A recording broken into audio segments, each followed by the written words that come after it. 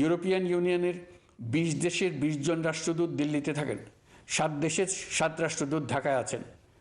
দিল্লি থেকে একসঙ্গে 20 জন রাষ্ট্রদূত সহ মোট 27 রাষ্ট্রদূত সমবেতভাবে আমার সঙ্গে বৈঠক করার জন্য আগামী কয়েকদিনের মধ্যে ঢাকায় আসছেন। আপনারা জেনেছেন পতিত সরকার ও তার দোসররা প্রতি বছর দেশ থেকে 12 থেকে 15 বিলিয়ন ডলার পাচার করেছে। দুর্নীতি বিরোধী সংস্থা ট্রান্সপারেন্সি ইন্টারন্যাশনাল বাংলাদেশ সম্প্রতি এই তথ্য দিয়েছে। পাচার হয়ে যাওয়া এই অর্থ ফিরিয়ে আনার জন্য সম্ভব সকল ধরনের উদ্যোগ আমরা গ্রহণ করেছি। এই কাজে সফল হতে পারলে আমাদের অর্থনীতি আরও গতি পাবে। এই কাজে আমরা বিভিন্ন আন্তর্জাতিক সাহায্য সংস্থার সাহায্য দিচ্ছি। আমি ধন্যবাদ জানাতে চাই বিশ্ব নেতৃবৃন্দকেও। বাংলাদেশের এই সংকটময় সময়ে তারা প্রায় সবাই সহযোগিতার হাত বাড়িয়ে দিয়েছেন।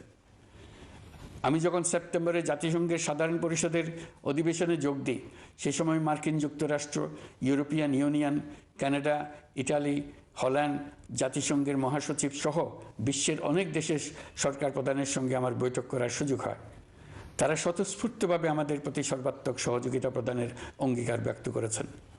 নেপাল, মালদ্বীপ, পাকিস্তান সহ প্রতিবেশী বেশ কয়েকটি দেশের সরকার প্রধানের সঙ্গে আমার বৈঠক হয়েছে, যেখানে আমি সার্ককে পুনর্জীবিত করার কথা বলেছি। দেশে ফিরে আসার পর এসব দেশের রাষ্ট্রদূতগণ যারা ঢাকায় আছেন স্বতঃপ্রবৃত্ত হয়ে আমার সঙ্গে দেখা করে তাদের সরকার প্রধানদের অঙ্গীকার পুনর্ব্যক্ত করে গেছেন। তারা সম্পূর্ণ নতুনভাবে আমাদের জন্য সহায়তার নতুন ছক তৈরি করার কাজ শুরু করেছেন। যেসব রাষ্ট্রদূত দিল্লিতে অফিস করেন তারা দিল্লি থেকে এসে দেখা করে গেছে। ইউরোপিয়ান ইউনিয়নের 20 দেশের 20 জন রাষ্ট্রদূত দিল্লিতে থাকেন। 7 দেশের 7 রাষ্ট্রদূত ঢাকায় আছেন। দিল্লি থেকে একসঙ্গে 20 জন রাষ্ট্রদূত সহ মোট 27 রাষ্ট্রদূত সমবেতভাবে আমার সঙ্গে বৈঠক করার জন্য আগামী কয়েকদিনের মধ্যে ঢাকায় আসছেন।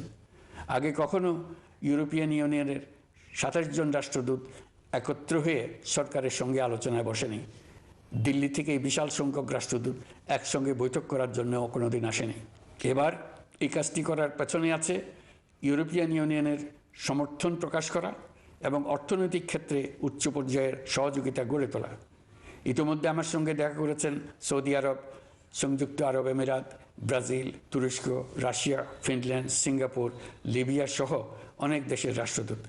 দ্বিপাক্ষিক নানা সহযোগিতা সহ বাণিজ্য বিনিয়োগ বৃদ্ধির আশ্বাস তারা দিয়েছেন। বিনিয়োগকারীদের সঙ্গে এখন থেকে আমরা আলোচনা শুরু করে দিয়েছি। বিশ্বের রাষ্ট্রপুঞ্জের মজলিসে আমরা এখন সম্মানিত এবং প্রশংসিত দেশের অবস্থানে পৌঁছতে পেরেছি। এর কারণে পরাজিত শক্তি নানা কৌশল করেও তাদের দিকে দৃষ্টি আকর্ষণ করতে পারছে না।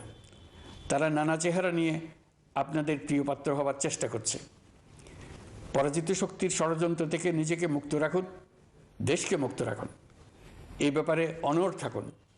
এমন কিছু করবেন না যা তাদেরকে উৎসাহিত করতে সাহায্য করে। তাদেরকে সকল দিক থেকে নিরাশ করুন। সেটা নিশ্চিত করতে পারলে আমাদের আর কোনো বিষয়ে সংশয় করার প্রয়োজন নেই। সরকারের পক্ষ থেকে আমি নিশ্চয়তা দিচ্ছি, সকল প্রকার সীমাবদ্ধতা সত্ত্বেও আমরা আপনাদেরকে একটা মজবুত অর্থনীতি দিয়ে যাব। ভবিষ্যতে চলার পথকে সহজগম্য করে যাব। নাগরিক অধিকারসমূহ নিশ্চিত করে যাব। বিপক্ষ শক্তি যত শক্তিশালী হোক, নাশকতার যত রকম উদ্ভট পরিকল্পনাই করুক, সব কিছু নস্যাৎ করার জন্য প্রস্তুত থাকুন। এবার যে মুক্তি আমরা অর্জন করেছি তা আমাদের কাছ থেকে কেউ যেন ছিনিয়ে নিতে না পারে, তার জন্য সর্বমুহূর্তে প্রস্তুত থাকুন।